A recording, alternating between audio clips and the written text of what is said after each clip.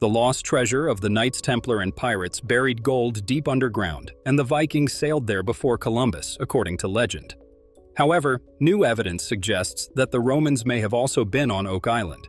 The search for these artifacts was difficult and nearly cost a man his life. One of the biggest mysteries of all is Bole 10X, a deep, dangerous, water-filled shaft that has been the focus of treasure hunters for decades. 80's Dan Blanken's ship is one of Oak Island's most devoted. Because borehole 10X is 235 feet deep and begins with a 181-foot vertical drop through a reinforced steel and concrete shaft, it was not an easy excavation, despite searchers' belief that it could lead to whatever was very deep down. Narrows into a tunnel that is barely 27 inches wide, 44 tons long, and completely obscured by murky water with no light. Two professional divers, Harvey Morash and Michael Gartz, were brought in to investigate 10X by the Lagena brothers. They were aware of the risks but were unprepared for what transpired. Michael would act as a safety diver while Harvey descended, and the crew on the surface would stay in touch through an underwater communication system. However, things started to fall apart a few minutes into the dive with no signal or voice. The team on the surface had no idea if Michael was safe, and they tried to call his name but could not find him. In summary, Oak Island has been a mystery for centuries, with legends suggesting Vikings sailed there before Columbus, the lost treasure of the Knights Templar, and pirates buried gold deep underground. The mysterious Boral 10X remains a mystery, and the Lagena brothers' plan to explore it was not well prepared for the risks involved. The team was in a panic as they were underwater, unable to communicate or find Michael. They tried tapping on the pipe to send signals, but no sign of him. The surface people were tense as they couldn't shoot straight up due to the dangerous decompression stops needed to prevent serious health risks. Everyone exhaled in relief as a light appeared beneath the water's surface. Harvey had descended quite a distance, but conditions worsened inside the tunnel's narrow section, where there was no visibility and thick silt clouds made it impossible to see any objects or shapes. Harvey felt his way around the walls in an attempt to determine what might be beneath them, possibly shattered pebbles, old wooden buildings, and other stuff. The drill bar was a huge 20-ton metal bar that had inadvertently fallen into 10X decades ago, wedged inside the tunnel and obstructing his path. Harvey attempted to work his way around it, but the space was too small, and for a brief moment he wasn't sure he could escape. He had to twist and push himself backwards, scraping against the rough walls, and his breathing became more difficult, but he was able to free himself and begin climbing again. The entire experience demonstrated that 10X was not going to readily divulge its secrets, and they knew they had to change things up because the shaft was unpredictable and dangerous. There were still many mysteries to solve on Oak Island, and they weren't going to allow one setback stop them from moving forward with their plans. When Charles Barkhouse arrived with an artifact, it may completely alter their preconceived notions about Oak Island. After years of secrecy, Charles disclosed that a Roman sword had been unearthed in Mahone Bay, just off the shore of Oak Island, in the 1940s, by a local family who had been illegally scalloping in the region. The Oak Island team had finally obtained the relic. The sword itself was a bronze or brass weapon with a distinctive handle that attracted the team's attention right away. The finding of a Roman sword close to Mahone Bay in North America has generated a lot of speculations and discussions. Some people think it proves that Romans crossed the Atlantic centuries before Norse explorers or Columbus. To verify the sword's authenticity, specialists at St. Mary's University in Halifax performed a chemical analysis, notwithstanding the skeptics' contention that the sword might have been imported to the island later by European collectors or via trade channels. However, the results were inconclusive, because some elements did match Roman metallurgy, such as copper, tin, lead, and arsenic, all of which are consistent with ancient Roman bronze. The team discovered that the sword resembled ceremonial weapons given to gladiators and high-ranking Roman officers, with the hilt featuring Hercules aligning with Roman symbolism. The sword's cast did not adhere to accepted Roman methods, indicating a later era that may have been medieval or early modern. According to some scholars, it may have been built in the 18th or 19th century, using Roman architectural inspirations, or it may have even been purposefully positioned there by someone wishing to heighten the island's mystery. The idea that the Romans had lived on Oak Island was severely undermined when Dr. Christina Bro, a chemistry professor who specializes in metal analysis, performed a more thorough scan and discovered that the sword contained a high amount of zinc, which was not normally used in ancient Roman bronze. They were digging deep into the garden shaft in the hopes of finding gold or hidden artifacts, but instead they found a dark passageway from the 17th century connected to a section called the Baby Blob. The passage had odd gaps, and the walls and ceiling were broken apart, indicating that the passage had been intentionally damaged. Lagena and his crew made a terrifying discovery at Smith's Cove, which is a site that is famous for its fabled treasure stash from the 18th century. The team continued to dig, taking samples every 10 feet and examining every piece of soil. As they continued, they came across flood tunnels that had haunted treasure hunters for centuries. With modern technology and experience, the team had the upper hand in detecting gold and silver. As they continued to drill, they discovered more old wooden beams that were part of a well-thought-out structure. The team was excited to discover that these beams were part of a structure that had been forgotten for a long time, possibly hiding treasure or something more sinister. They carefully removed the P-beams in the hopes that dating them would provide more insight into the timeline. As they continued to dig, they discovered pieces of wood that had been shaped by ancient tools that were used long before modern machinery. The swamp's strange story unfolded as they continued to dig. The team was on a mission to solve an ancient mystery in a swamp. They discovered ship parts dating back to the 15th century, a brace from a ship with a 9-inch diameter, and a ship's rail triling that was traced back to the 8th century. These discoveries led them to believe that the swamp contained more than just shipwrecks, suggesting that the area had a deeper history. They also discovered a large wooden structure buried in the swamp that reminded them of a dam that had been built to conceal something. Dr. Ian Sponer, a geoscientist, was brought in to assist in dating the wood and investigate whether or not it was connected to the nearby stone road, which is estimated to be around 500 years old. If the two were connected, it would indicate that the area had been a center of activity centuries ago. The swamp seemed to have a mind of its own, hiding something that no one was meant to find. Cuba and Fiona discovered a button that was covered in gold, which was reminiscent of a period in history when the Royal Navy ruled the seas.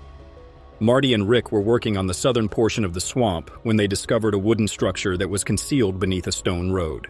The craftsmanship reminded them of old cabins where every piece had a place. The connections between the swamp, the garden shaft, and the hidden road appeared to be linked. However, the most important aspect that they were still missing was that they did not fully understand the tunnels, wooden structures, and odd arrangement of the swamp. All of these elements pointed towards something that was more than just pieces of wood or random artifacts. Upon embarking on a treasure search, Rick and his team came to the realization that the Money Pit was not merely a simple quest, but rather a war against time, nature, and an unknown power. The Money Pit had always been known for its hidden treasures and daring exploits, but now they discovered something darker and more mysterious within it. As they dug deeper, they encountered objects and structures that didn't fit with the area's known history. The team often discussed the day's finds with a mix of excitement and apprehension theories as they pondered the origins of the road and the purpose of the hidden structures. As a result of the hard weather conditions and the challenging terrain, the stakes became higher, and the looming sense of messing with things that should be kept untouched added to the weight of their work. In 2006, Rick and his brother Marty purchased 50% of Oak Island Tours Inc., the company that owned the majority of the island. Rick's childhood fantasy led him to become a treasure hunter, and his passion for history and the desire to learn more about the past never left him. He wanted to do things the right way, no shortcuts and no reckless movements. This wasn't just about finding riches. It was about comprehending the past and piecing together a forgotten story. Rick tackled the hunt with resolve and a sense of determination that had been building for decades. He wanted to do things the right way. Rick's perseverance paid off gradually, and with each newly discovered piece of information, they were drawn further into the complicated and lengthy history of Oak Island. Rick Lagena and his team, driven by passion and a deep love for history, were set to start a new phase of drilling at the garden shaft. They stumbled upon an old wooden passageway from the 17th century, which connected to a spot known as the Baby Blob. Parker always found a lot of gold, going above and beyond what fans expected and what he had found before. It was impossible to hold back their happiness as the team enjoyed the results of their hard work and persistence. One thing that makes the Eureka Creek bounty unique is that it was a turning point. Parker's constant success in finding gold in the area made him a leader in the tough world of gold mining. Because he kept having success, he was able to move his business to other places and buy better technology and tools. Even though Parker has found a lot of gold, he is still losing money. Since he started working as a miner when he was 16, he has lost a lot of money. Allow us to look at some of the losses he has went through. A huge $3 million loss. Parker and his team put a lot of money into an area in Alaska and then got 108 ounces of gold from the waste that old gold miners left behind. But what really made things better was an area called the Wolf Cut. It was untouched land that was thought to have more than 2,000 ounces of gold and be worth more than $3 million. They even called this Wolf Cut the most important pit of the season because of how much information it gave them. Parker's crew needed 2 months just to get to the pay layer of the cut because the area is so deep. Things don't always go as planned, though. That's how things were for the team. A terrible flood a few weeks ago turned the Wolf into a lake. Because it was so hard, Parker thought it would be better to take all the money and go to Vegas than to drown in the Wolf Cut. Parker, who was known for being stubborn, wouldn't just give up the place. After some trouble, the team was able to push back the water, and Mark Fors, who was in charge of the operation, finally came down to get the treasure. Parker was keen to find out if there was enough gold for them to risk everything.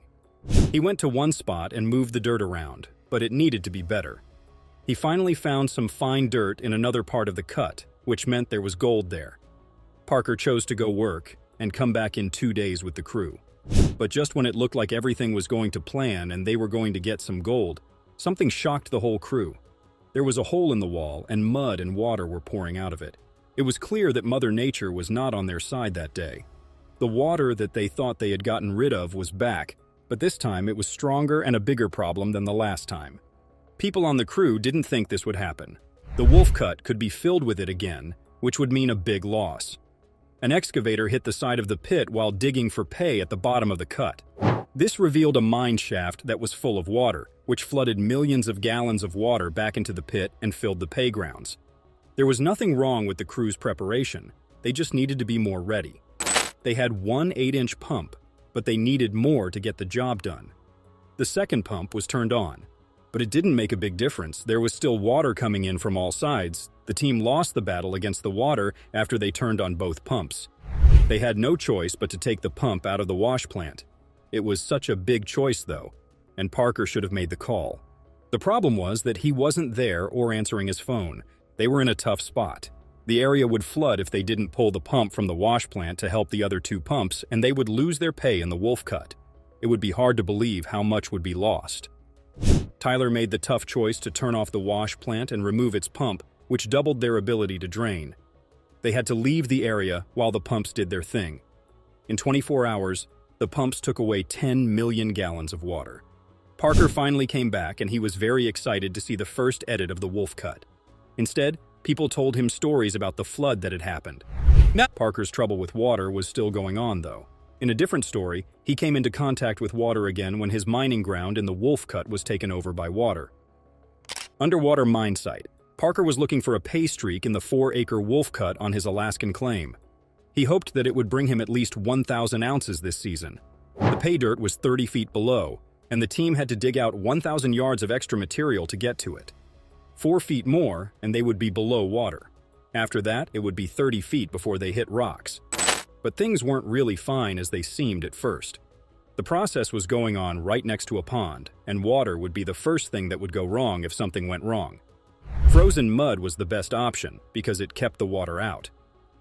Recruit John Baudry was told to deal with the mud and keep the water out, but it looked like the cut was pretty wet, so they had to call their boss. If not, things will go badly if they do. It turned out that the mud got worse and spread faster as they opened up more areas. They still hadn't even cut out a fifth of the area. The Wolf Cut is next to a pond that is pretty old. There was only a small berm between them, not strong enough to stand up to the water pressure if it was messed with. They dug down and found frozen ice that stopped the water from getting in. The permafrost was broken, which now lets pond water seep through the wall and flood the cut. The area will soon have a lot of water if they let it keep going. There was a need for action to save the day. They thought getting a pump would be the best thing for them to do. To fight the water, Parker planned to dig a sunk pond in the cut that was as deep as it could go and put in an 8-inch pump to drain it. He was not going to lose another water fight. After setting it up, they had to wait until the next day. Their plan as a